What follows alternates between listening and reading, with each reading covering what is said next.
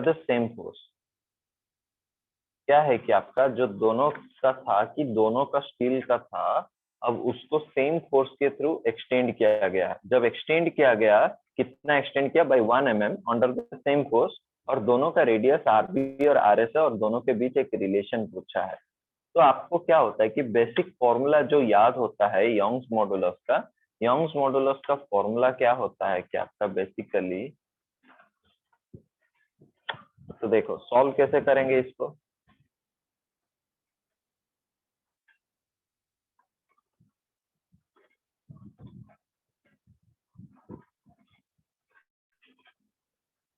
देखो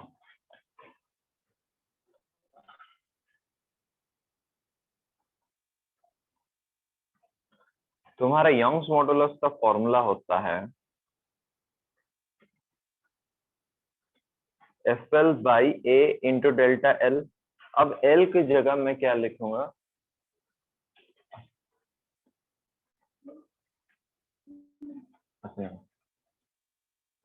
तो F L by A delta L. So in place of area, we can write it as pi r square, okay, into delta L. Okay. In case of area, we can write it as pi r square delta L. So what we have to find out is radius. So r square can be found out is r square is equal to f L by pi y delta L. Okay. R square is equal to f L by pi y delta L. Okay अब question में क्या दिया है कि बोल रहा है कि दोनों का कंपैरिजन किया करना है, ब्रास और स्टील का। तो आर स्क्वायर एक होगा ब्रास के लिए। अब देखो यहाँ पे दोनों का फोर्स सेम है, लेंथ सेम है, और एक्सटेंशन भी दोनों का सेम है, बस सिर्फ अलग है यंग्स मॉडुलस। तो यहाँ पे आर स्क्वायर क्या हो जाएगा? Proportional to Young's modulus. तो यहाँ पे मैं लिख सकता हूँ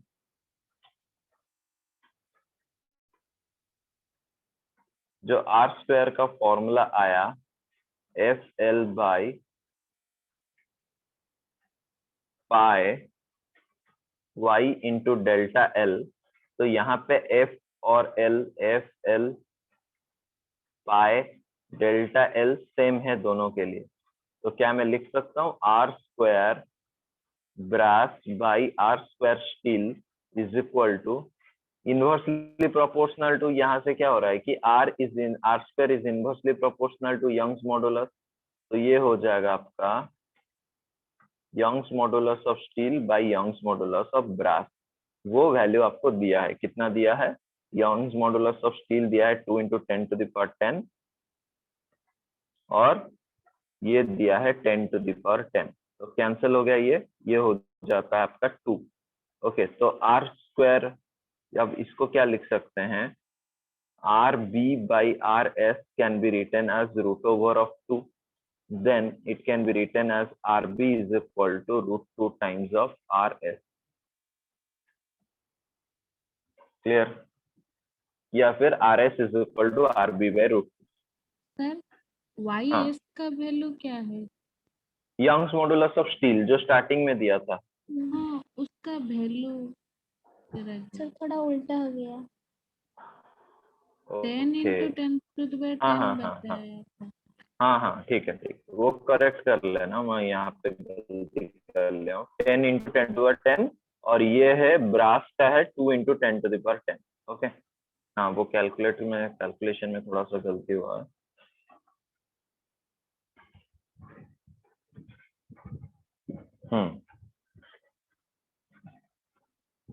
नहीं, वो थोड़ा सा मैं आपको डाटा में क्या दिया हूँ, नहीं यार, 1 मिनट रुको, क्वेश्चन में चेंज कर लो। वो हो जाएगा यंग्स मॉडुलस ऑफ स्टील होगा 10, सिर्फ होगा, चेंज कर लीजिए क्वेश्चन में, स्टील का होगा 10 × 10⁻10 न्यूटन पर मीटर स्क्वायर, और ब्रास का है, सॉरी, स्टील का है आपका 2 × 10⁻10, और ब्रास का है 10⁻10, 10 इंटू नहीं 10⁻10। Okay,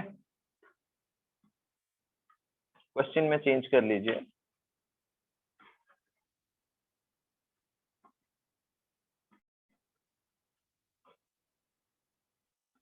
okay,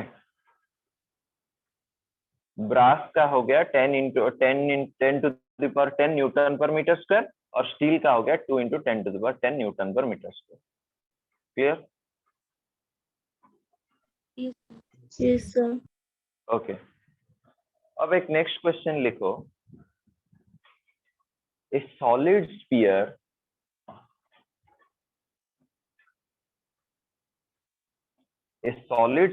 of radius r, a solid sphere of radius r made of material of bulk modulus b, made of material of bulk modulus b, is surrounded by a liquid,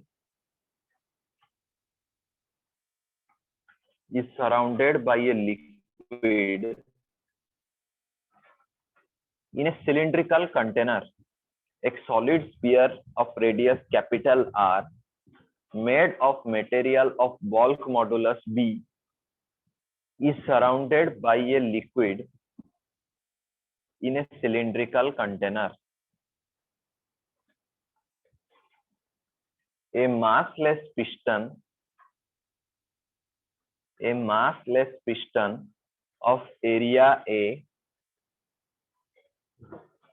a massless piston of area A floats on the surface of the liquid, floats on the surface of the liquid when a mass capital M, when a mass capital M is placed on the piston to compress the liquid. The fractional change in the radius of the sphere is dash. The fractional change in the radius of the sphere is dash. फिर से repeat करता हूँ question को। A solid sphere of radius r, capital R, made of material of bulk modulus B is surrounded by a liquid in a cylindrical container. A massless piston of area A, capital A, floats on the surface of the liquid. When a mass M is placed on the piston to compress the liquid, the fractional change in the radius of the sphere is dash. Clear हुआ question? Yes sir. Option लिख लेता हूं मैं यहाँ पे। 4 option है आपके पास।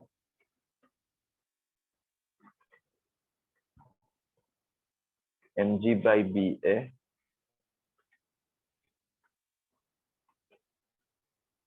mg by 3ba,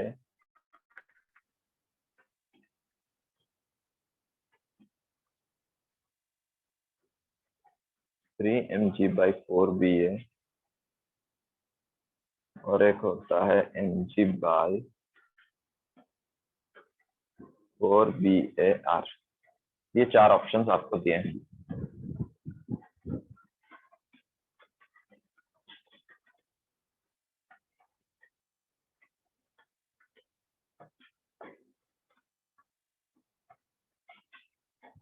okay, तो आपको अगर याद होगा, आपको पहले क्वेश्चन में पूछा क्या है, देखो पहले क्वेश्चन में पूछा है कि फ्रैक्शनल चेंज इन वॉल्यूम, मतलब फ्रैक्शनल चेंज इन रेडियस वो पूछा है, मतलब डेल्टा आर बाई आर वो पूछा है। ओके, अगर वॉल्यूम का याद होगा आपका, वॉल्यूम का फॉर्मूला होता है एक स्फीयर के लिए 4/3 पाई आर क्यूब। ओके, मैंने आपको एरर मेथड में कहा था फ्रैक्शनल चेंज इन वॉल्यूम क्या होगा, del V by V is equal to, ये कांस्टेंट को छोड़ दीजिए, आर जो होता है वो वेरिएबल, उसका पावर को कोफिशिएंट बनाइए, 3 into delta R by R. Okay, del V by V is equal to into delta R by R. Clear हुआ यहाँ तक? Yes, sir. अब देखो वो बोला है कि किसके ऊपर। अब देखो बल्क मॉडुलस का फॉर्मूला क्या होता है, it is nothing but del P by, it is of del V by V. Okay, pressure का फॉर्मूला क्या होता है, फोर्स बाई एरिया। अब यहाँ पे फोर्स क्या लग रहा था, बोल रहा था कि वो उसके ऊपर एक मास एम लगा रहा था लोड, तो फोर्स हो जाएगा mg। Okay, mg by area, ये हो गया mg by area by del v by v की जगह क्या लिख लूंगा मैं, 3 into delta R by R. Okay, अब मुझे डेल्टा आर बाई आर निकालना है।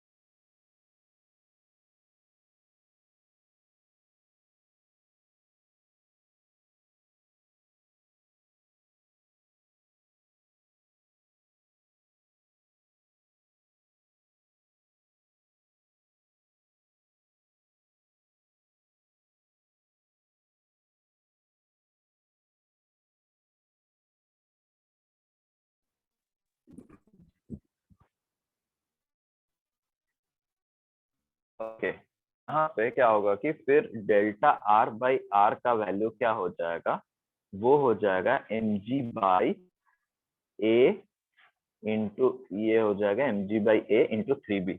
Clear? Yes, sir. Yes, sir. Okay, अब नेक्स्ट क्वेश्चन है आपके सामने।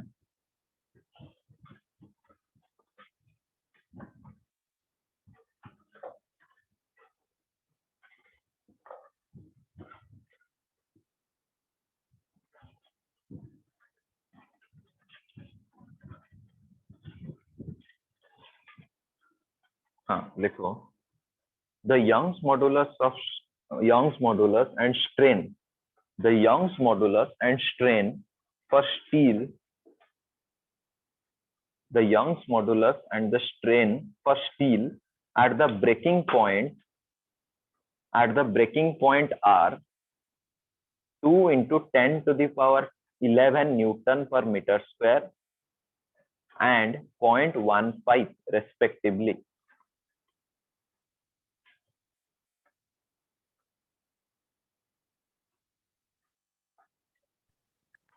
सर उसके वैल्यू और एक बार थोड़ा। हाँ बता देता हूँ, the Young's modulus and strain for steel are at the breaking point are 2 into 10 to the power 11 Newton per meter square. 2 into 10 to the power 11 Newton per meter square and 0.15 respectively. 2 into 10 to the power 11 Newton per meter square and 0.15 respectively. What will be the stress at the breaking point? What will be the stress at the breaking point in Newton meter square? Newton meter square for steel. What will be the stress at the breaking point in Newton per meter square for steel? चार option है आपके पास। First option is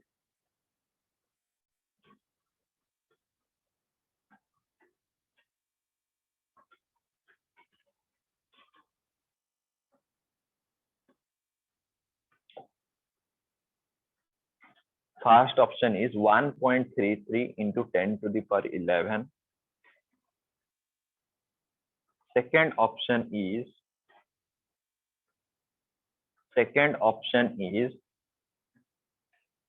1.33 into 10 to the power 10.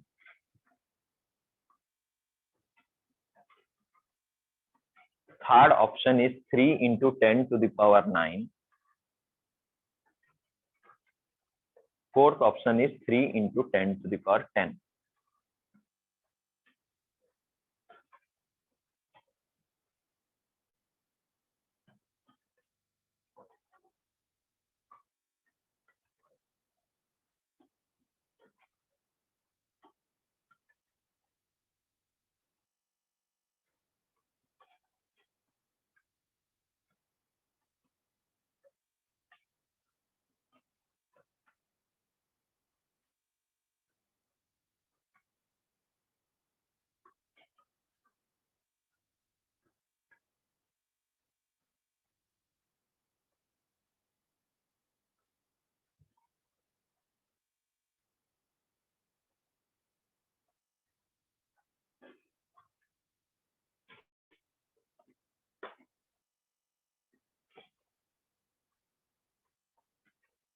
Okay तो क्या दिया है कि आपके सामने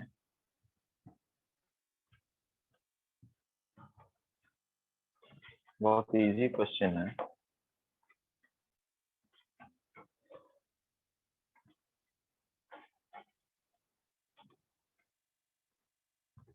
y का वैल्यू है आपके सामने 2 into 10 to the power 11। Okay, और स्ट्रेन का वैल्यू है आपके सामने 0.15। तो यंग्स मॉडुलस का फॉर्मूला होता है stress by strain. Stress by strain that can be written as stress is equal to y into strain। Okay, y का वैल्यू है 2 into 10 to the power 11 into 0.15। This is your answer। So this comes to be 0.3 into 10 to the power 11, or you can write it as 3 into 10 to the power 10 Newton per meter square. Clear? Yes, sir.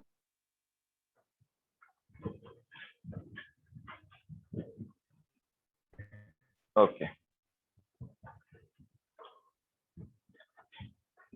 और एक है, next question लिखो.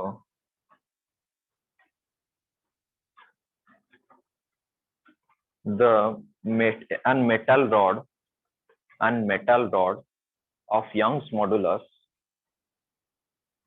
and metal rod of Young's modulus 2 into 10 to the power 10 Newton per meter square, and metal rod of Young's modulus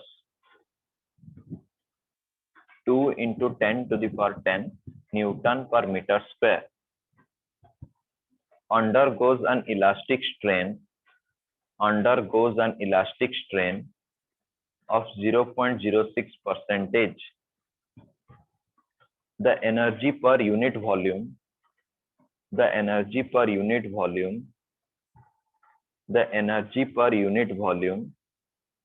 stored in joule per meter cube is dash.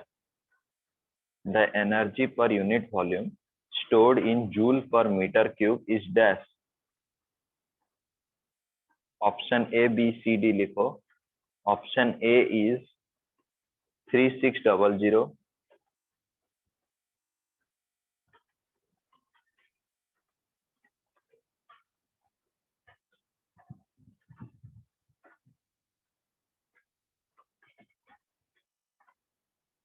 Option A is 3600. Option B is 7200.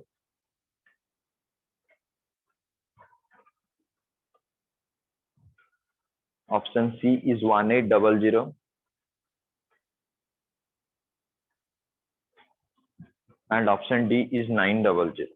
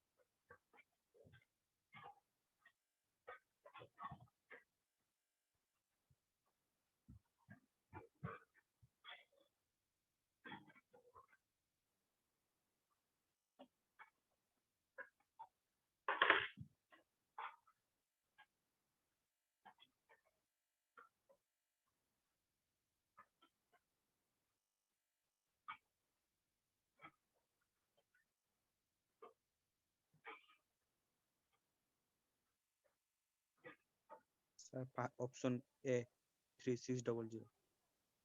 Okay, सबका आ गया.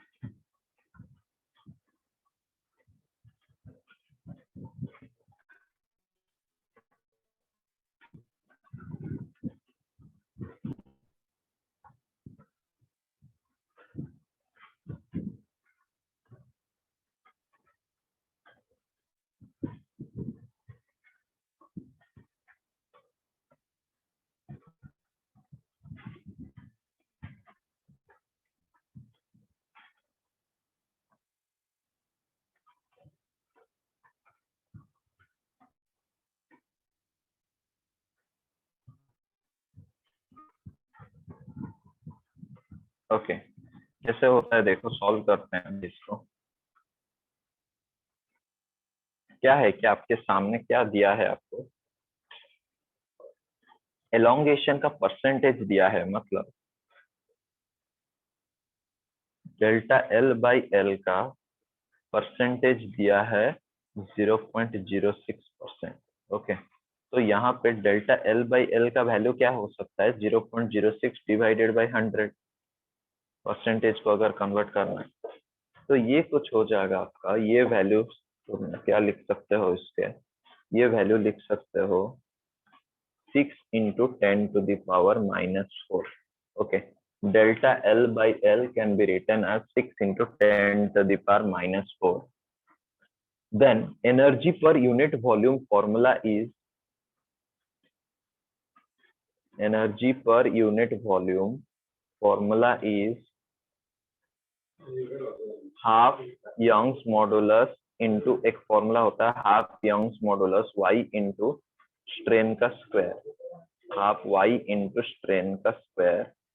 Okay, तो वो क्या हो जाएगा यहाँ पे, half into 2 into 10 to the power 10 into यहाँ पे ये जो डेल्टा एल बाई एल क्या होता है, बेसिकली स्ट्रेन होता है, तो स्ट्रेन की जगह लिख लोगे 6 इंटू 10 to the power -4 का स्क्वायर। ये सॉल्व करोगे जो होगा आपका आंसर। क्लियर, कितना आ रहा है सबका?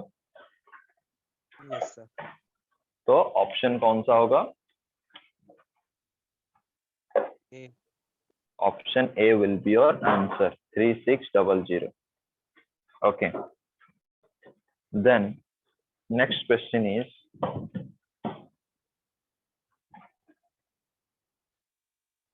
out of the following, write the next question, out of the following, whose elasticity is independent of temperature?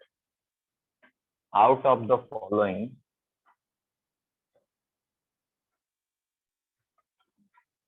whose elasticity is independent of temperature? चार ऑप्शन है आपके पास। Option A is steel, option B is copper, option C is inverse steel, option D is glass. Option A is steel, option B is copper, option C is inverse steel and option D is glass. Okay, तो question में क्या दिया है कि आपको पूछा है कि whose elasticity is independent of temperature। तो आप बताओगे कि ऐसा कोई इंडिपेंडेंट ऑफ टेम्परेचर है, वो आप हमें बताइए कि कैसा होगा वो।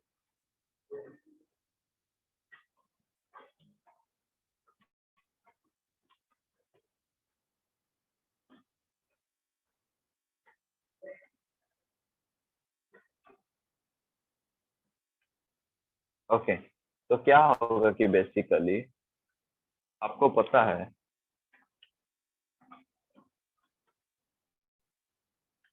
ये याद रखो, जो थर्मल एक्सपेंशन होता है, जो थर्मल एक्सपेंशन होता है वो बेसिकली क्या होता है कि जब एलॉय का होता है, एलॉय का थर्मल एक्सपेंशन पूरा नेग्लिजिबल होता है।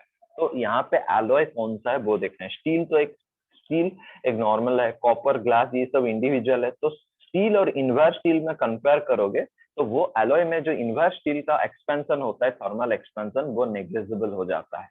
तो अगर नेग्लिजिबल हो जाता है तो इलास्टिसिटी डिपेंड नहीं करता है टेम्परेचर के ऊपर, हाँ या नहीं? तो आंसर हो जाएगा यहाँ पे इन्वर्स स्टील। जो इन्वर्स स्टील होता है एक ऐसा मटेरियल है, उसमें क्या होता है कि जब आप क्या करते हो, वो एक ऐसा एलॉय होता है जिसका थर्मल एक्सपेंशन डिपेंड नहीं करता है। थर्मल एक्सपेंशन क्या होता है कि नेग्लिजिबल हो जाता है, और क्योंकि इन्वर्स स्टील एक ऐसा एलॉय है जिसका थर्मल एक्सपेंशन नेग्लिजिबल है। ओके, तो वहां से क्या होता है कि आपका, तो यहाँ पे इलास्टिसिटी डिपेंड नहीं करेगा, इंडिपेंडेंट ऑफ टेम्परेचर हो जाएगा। तो आंसर हो जाएगा inverse steel. Clear? Yes sir. Okay, और एक क्वेश्चन लिखो।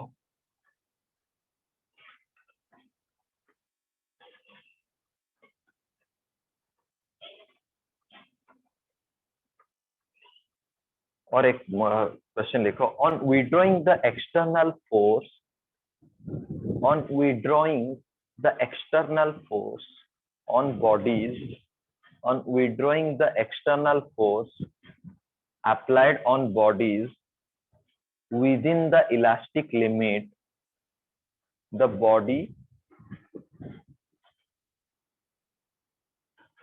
within the elastic limit, the body, चार ऑप्शन है आपके सामने।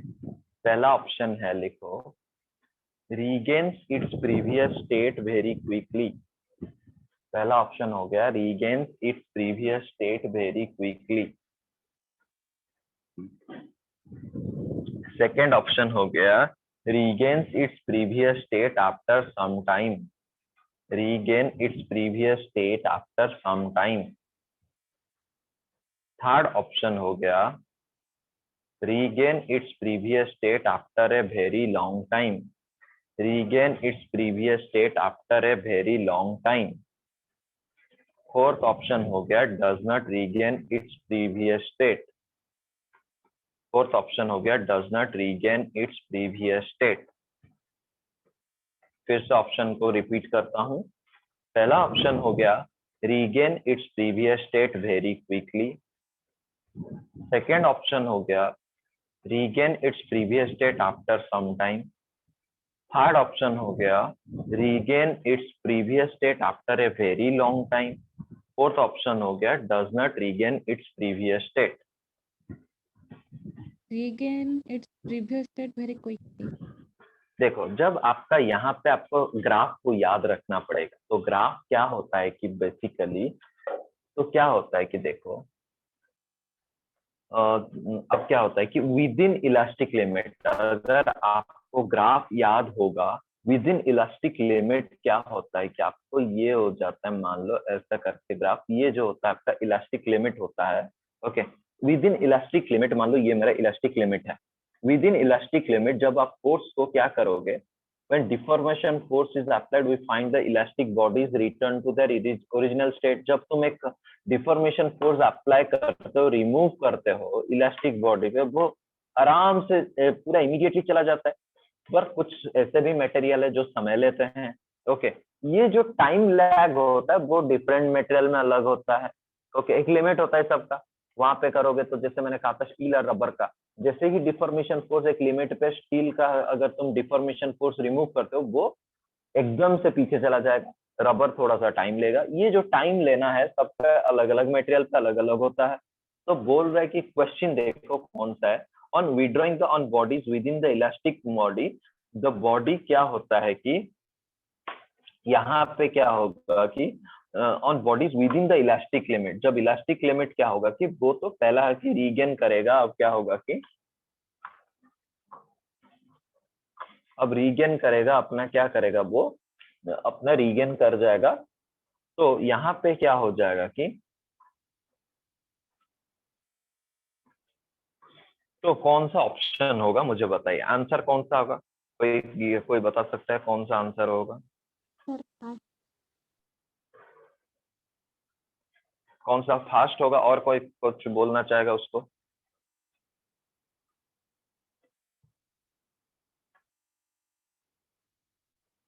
फास्ट। और कोई किसी को बताना चाहता है? फास्ट क्यों होगा बताइए, फास्ट क्यों होगा या फिर नहीं क्यों होगा? मैं आपको फाइनल आंसर आपको उसके बाद बताऊंगा क्या होगा क्या। सर इसके इलास्टिक में तो ये रीगेन करेगा इलास्टिक लिमिट। देखो बेसिकली वो इलास्टिक लिमिट की बात कर रहा है। ओके, एक होता है आपका प्रोपोर्शनल लिमिट, ओके, एक होता है इलास्टिक लिमिट। ओके, एक मिनट।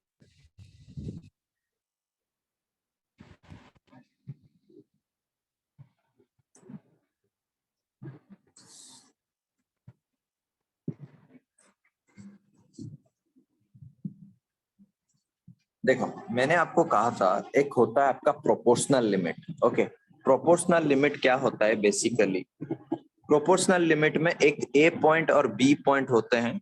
ए पॉइंट में होता है O to A होता है proportional limit. Okay, proportional limit में क्या होता है बेसिकली आपका क्या होता है कि stress is directly proportional to strain. Okay, stress is directly proportional to strain.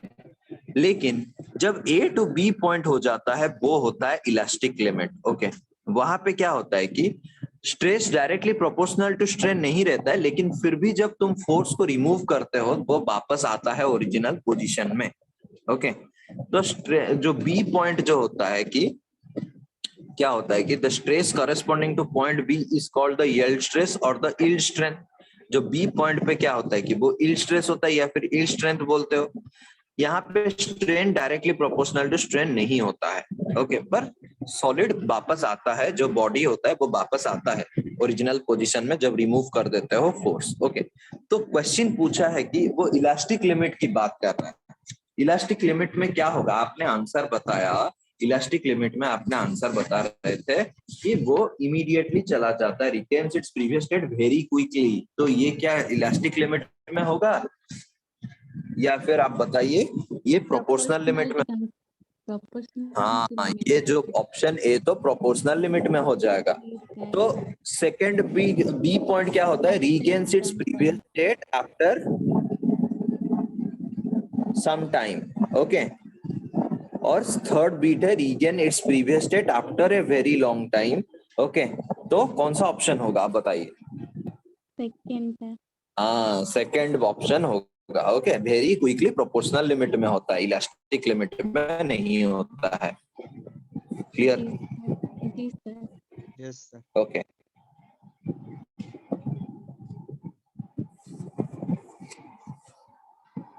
Okay, अब एक क्वेश्चन लिखो. इन ए वेयर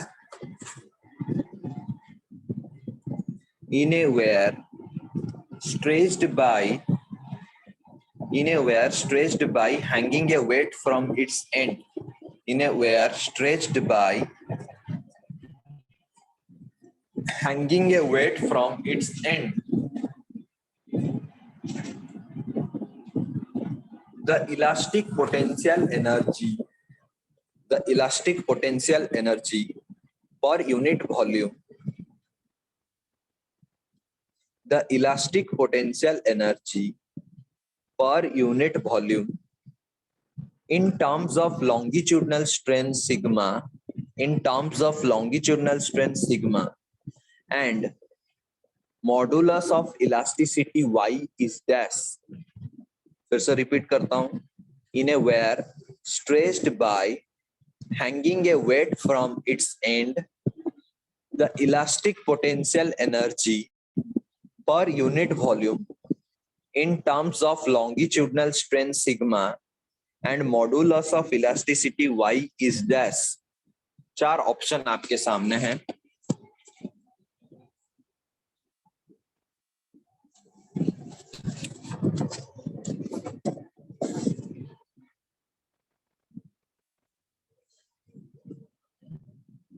सर इसमें यंग्स मॉडुलस के बारे में. हाँ, वही है, यंग्स मॉडुलस ऑफ इलास्टिसिटी और मॉडुलस ऑफ इलास्टिसिटी वही है, y into sigma square by 2. This is one option. Second option is y into sigma by 2. Third option is 2y sigma square by 2. Fourth option हो गया y square sigma by 2.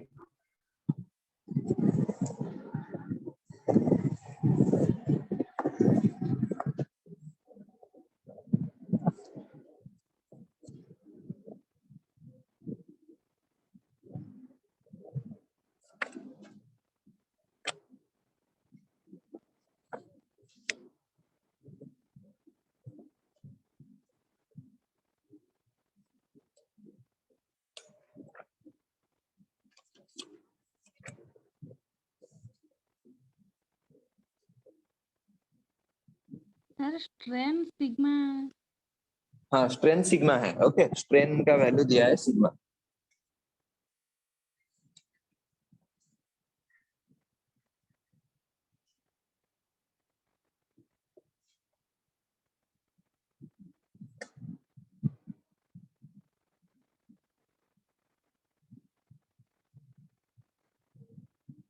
Sir first first option हाँ, first option correct है, क्योंकि आपका formula जो होता है देखो, ये तो मैं डायरेक्ट बताया था एनर्जी पर यूनिट वॉल्यूम का। पहले एनर्जी का वैल्यू क्या होता है, half stress into strain into volume. Okay, into volume. तो क्या हो गया आपका, तो आप क्या स्ट्रेस को लिख सकते हो, तो energy by volume can be written as half Y into strain into strain, क्योंकि स्ट्रेस की जगह मैं लिख लिया वाई इंटू स्ट्रेन, तो ये हो जाएगा हाफ वाई इंटू स्ट्रेन का स्क्वायर। तो स्ट्रेन का स्क्वायर की जगह क्या लिख सकता हूँ, हाफ वाई इंटू सिग्मा का स्क्वायर। तो Y sigma square by 2 is the answer which is option A. Clear? Yes, जी sir. सर। Yes, sir.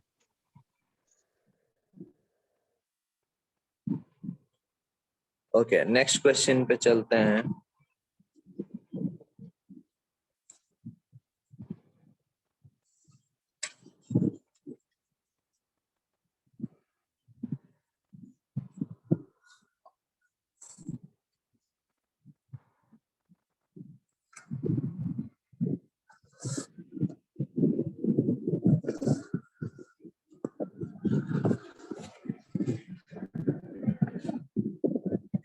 देखो, a cable that can support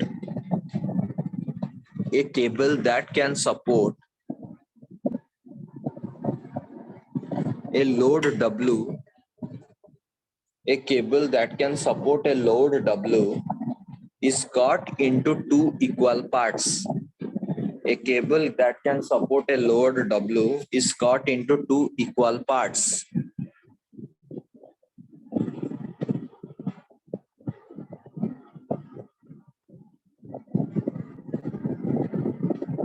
Cut into two equal parts. The maximum load that can be supported by either part is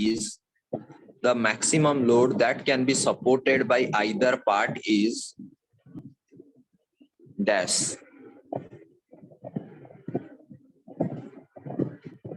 The maximum load that can be supported by either part is dash. चार options लिख लो। W by 4, second option is W by 2. Sir fast कौन सा fast option और fast option, फिर से बुलाऊंगा, W by 4, second option is W by 2, third option is W, fourth option is 2W. W by 4, W by 2, W and 2W। क्या है कि देखो,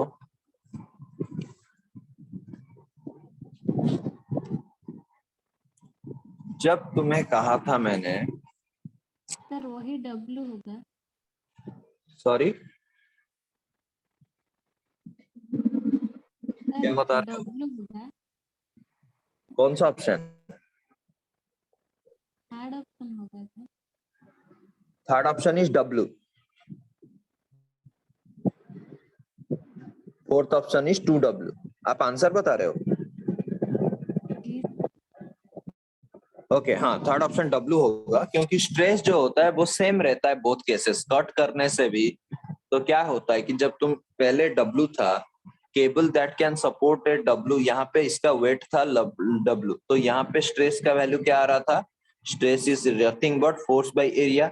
अब जब तुम कट कर लिए इक्वल पार्ट्स में, जब तुम उस इक्वल पार्ट में कन्वर्ट कर लिए, तो मैक्सिमम कितना हो सकता है, मैक्सिमम भी वही होगा W by A, इसमें भी W by A। तो ऑप्शन सी होगा, वही वेट रहेगा सेम, क्योंकि यंग्स मॉड्यूलस सेम रहता है। तो यंग्स मॉड्यूलस सेम रहता है तो W सेम हो, जो स्ट्रेस सेम हो जाता है, तो option C will be correct. Clear? Yes, sir. Okay, फिर और एक क्वेश्चन लिखो। when A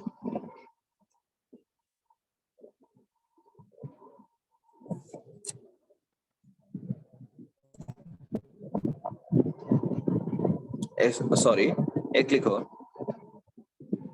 the maximum load, ऐसे लिखो, the maximum load a wire can withstand, the maximum load a wire can withstand without breaking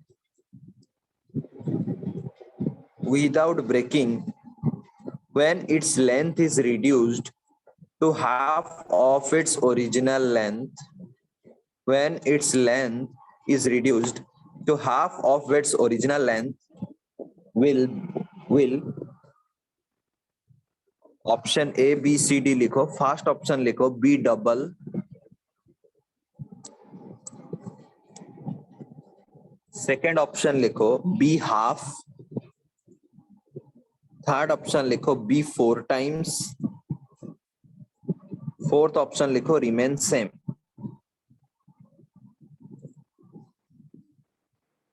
फिर से बोल देता हूं, the maximum load a wire can withstand without breaking when its length is reduced to half of its original length will, first option हो गया B double, second option हो गया be half, third option हो गया B 4 times, fourth option हो गया remain same. Remain same. हाँ, कौन सा होगा आंसर बता रहे हो? D. Fourth one. ओके, देखो वही है, इसी टाइप का क्वेश्चन है।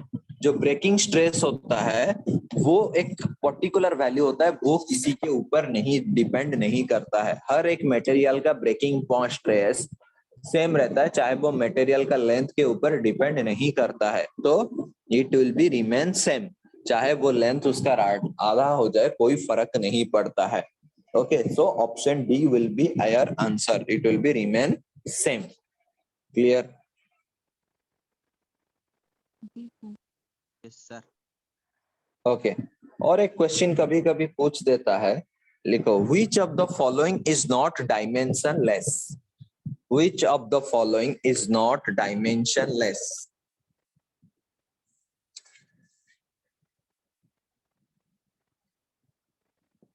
Which of the following is not dimensionless?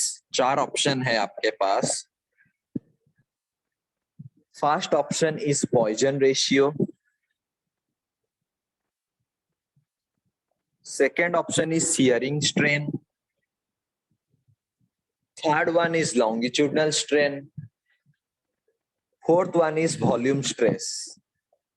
फिर से रिपीट करता हूं, first option is Poisson ratio, second option is shearing strain, third option is longitudinal strain, fourth option is volume stress. Sir volume stress. कौन सा? D वाला। कौन सा?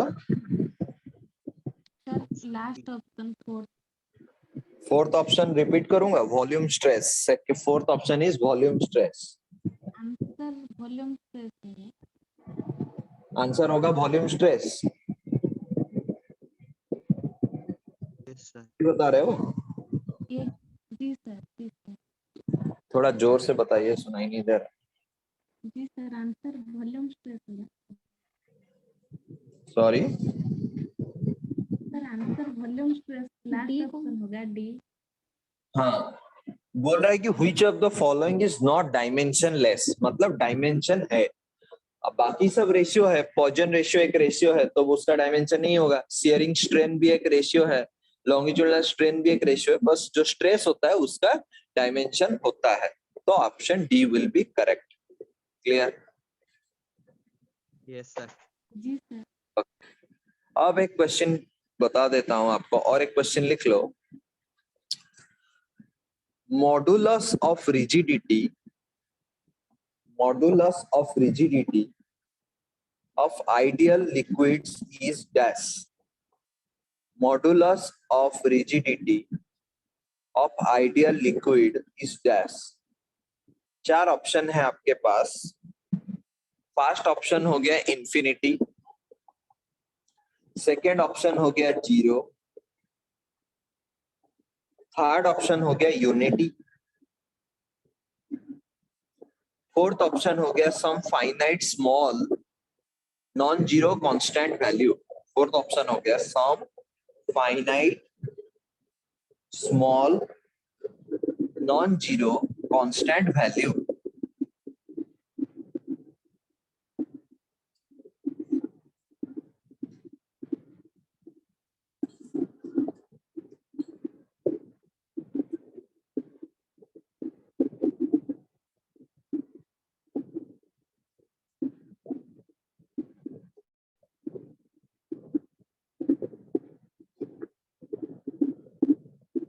Sir first option हो गया क्या? फर्स्ट ऑप्शन है इंफिनिटी। देखो मॉडुलस ऑफ रिजिडिटी क्या होता है, मैंने कहा था ये shearing stress by shearing strain होता है। ओके, अब क्या होता है कि शियरिंग स्ट्रेस मतलब टेंजेंशियल, टेंजेंशियल जब एक्ट करेगा। ओके, सॉलिड जो होता है वो सॉलिड का एक डेफिनेट शेप होता है। ओके, वो सिर्फ आपका टेंजेंशियल शियरिंग दिखा सकता है सॉलिड। लिक्विड क्या कर सकता है, cannot show shearing as they do not have definite shape। अब लिक्विड के शेप के ऊपर कुछ शेप तो नहीं है, उसका टेंजेंशियली फोर्स कैसे लगाओ, इतना इफेक्टिव नहीं होता है उसमें। तो क्या होता है कि they do not have definite, cannot be subjected to tangential force। तो अब देखो क्या होगा कि पहला ऑप्शन जो है वो इंफिनिटी है, इंफिनिटी तो नहीं होगा फिर।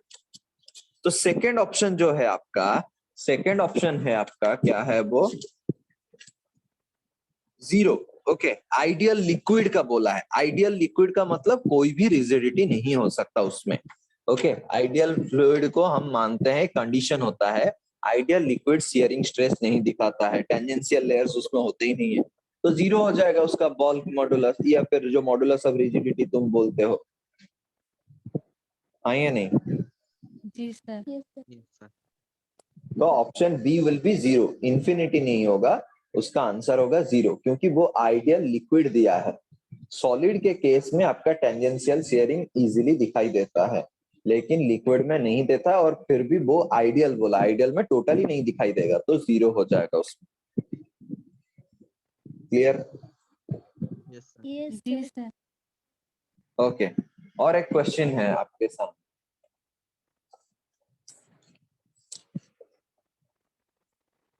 The temperature of a wire is doubled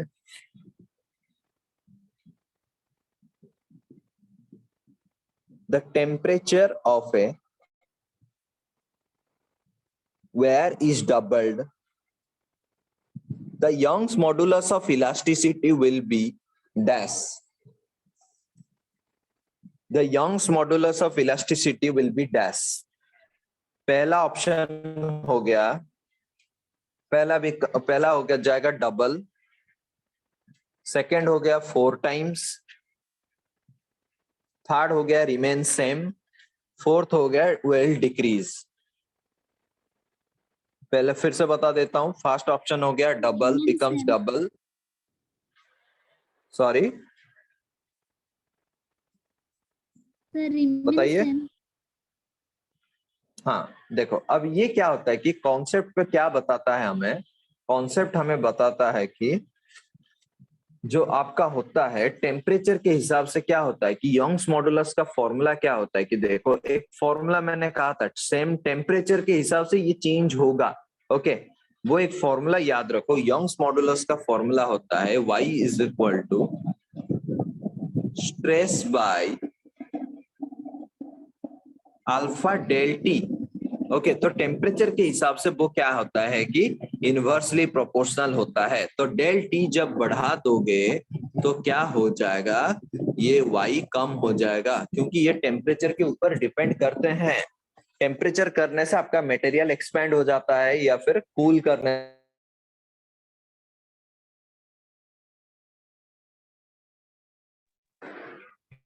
okay, यही होता है आपका, तो क्या हो जाएगा, टेम्परेचर बढ़ने से यंग्स मॉडुलस कम हो जाएगा।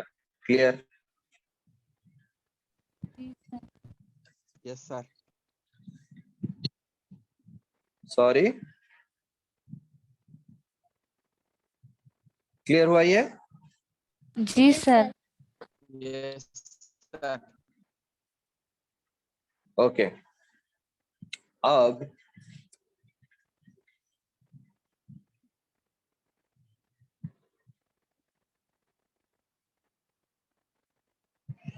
एक क्वेश्चन लिखो, a copper and a steel where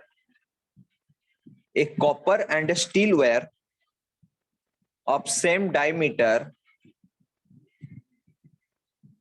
a copper and a steel wire of same diameter are connected end to end.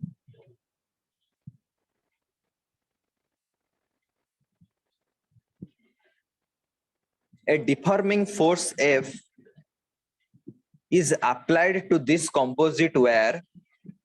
A deforming force F is applied to this composite wire, which causes a total elongation of 1 centimeter. Which causes a total elongation of 1 centimeter. The two wires will have dash. पहला option हो गया same stress, second option हो जाएगा different stress, third option है same strain, fourth option है different strain. First option है same stress, second option is different stress, third option is same strain, fourth option is different strain.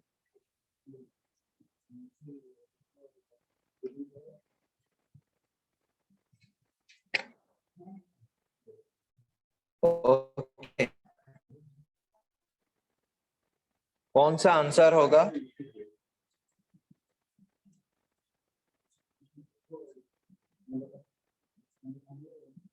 अब देखो क्या होता है कि अब देखो बस सेम फोर्स दोनों को लगाया गया है, बस फर्क सिर्फ इतना है कि दोनों का मटेरियल अलग है. दोनों का अगर material, sorry sir same stress होगा क्या? सेम स्ट्रेस सेम स्ट्रेस नहीं होगा, क्योंकि देखो यंग्स मॉडुलस तो अलग हो जाता है ना, स्टील का अलग होता है, कॉपर का अलग होता है, तो स्ट्रेस भी नहीं होगा, क्योंकि y is equal to stress by strain होता है, तो stress is equal to y into strain हो जाएगा, तो y तो अलग हो रहा है. ओके, तो क्योंकि डिफरेंट मटेरियल है तो डिफरेंट एलोंगेशन होगा, क्योंकि स्टील जितना एक्सपेंड हो सकता है कॉपर उतना नहीं हो सकता है, क्योंकि वो मटेरियल के ऊपर डिपेंड करता है. तो इसीलिए क्या होगा कि उनका स्ट्रेन अलग होगा, स्ट्रेस सेम रहेगा उनमें, तो लेकिन क्या होगा कि they will have different strain. So correct answer हो जाएगा कौन सा? Option D will be correct. Clear?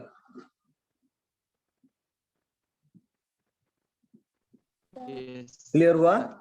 Yes sir. Yes, sir. Okay, तो यहां से अब मैक्सिमम क्वेश्चंस मैं करवा दिया हूं आपको, मैं क्वेश्चंस भी भेज दिया हूं इस प्रैक्टिस बेस्ड का ऊपर. ओके, इस चैप्टर के ऊपर वो क्वेश्चन सॉल्व करिए, करने के बाद हम उसका एक डाउट क्लियरिंग सेशन रखेंगे. नेक्स्ट क्लास में हम स्टार्ट करेंगे क्या आपका वो जो होता है आपका fluid, mechanical properties of fluid. ये सॉलिड हो गया, अब मैं फ्लूइड की स्टार्ट करूंगा, प्रेशर कैसे वेरी करता है, डिफरेंट लॉज क्या होते हैं. ओके, फिर हम थर्मल प्रॉपर्टीज की तरफ जाएंगे. क्लियर हुआ? जी सर। Yes sir. तो अच्छे से क्वेश्चंस को सॉल्व करिए. Okay, basically previous year questions के ऊपर ज्यादा ध्यान दीजिए. ओके, जो भी कंप्लीट हो रहा है सब्जेक्ट उसके साथ साथ आपका क्वेश्चंस भी कंप्लीट होना चाहिए, वरना ये एग्जाम का पास जाएगा तो वो बैकलॉग हो जाएगा. बैकलॉग पेंडिंग वर्क मत रखिए, डेली प्रैक्टिस करिए. डेली प्रैक्टिस करने के बाद वो जो डाउट होता है नोट डाउन करिए. जब भी क्लास होता है आप क्लास में पूछ सकते हो, ग्रुप में क्वेश्चंस पोस्ट कर सकते हो. Okay Yes, sir. Okay, thank you.